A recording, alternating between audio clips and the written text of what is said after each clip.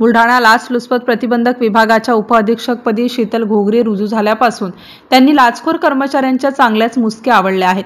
डिसेंबर 2023 ते आजपर्यंत या 14 महिन्याच्या कालावधीमध्ये लाचलुचपत प्रतिबंधक विभागाकडे आलेल्या तक्रारीनुसार 18 सापळे यशस्वी करण्यात आले आहेत।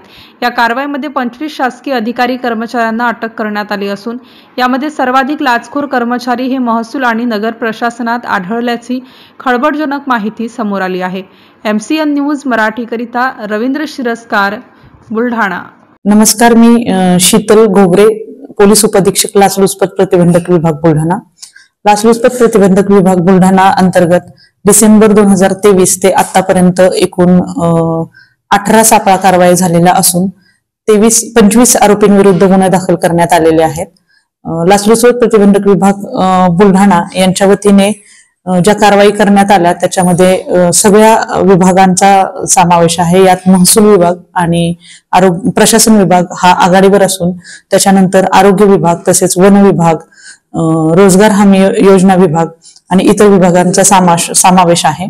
मी बुलढाणा जिल्ह्यातील नागरिकांना असे आवाहन करते की आपल्याला कोणत्याही शासकीय कामासाठी शासकीय अधिकारी कर्मचारी अथवा त्यांच्या वतीने इतर खाजगी इस्मांनी शासकीय फी सोडून कोणतीही लाच मागणी केल्यास आपण लाचलुचपत प्रतिबंधक विभाग बुलढाणा येथे संपर्क करावा। यासाठी आमचा दूरध्वनी क्रमांक आहे 072 62 24 25 48। आमचा टोल फ्री क्रमांक 1064 आहे। यावर आपण संपर्क साधून आपली तक्रार नोंदवू शकता।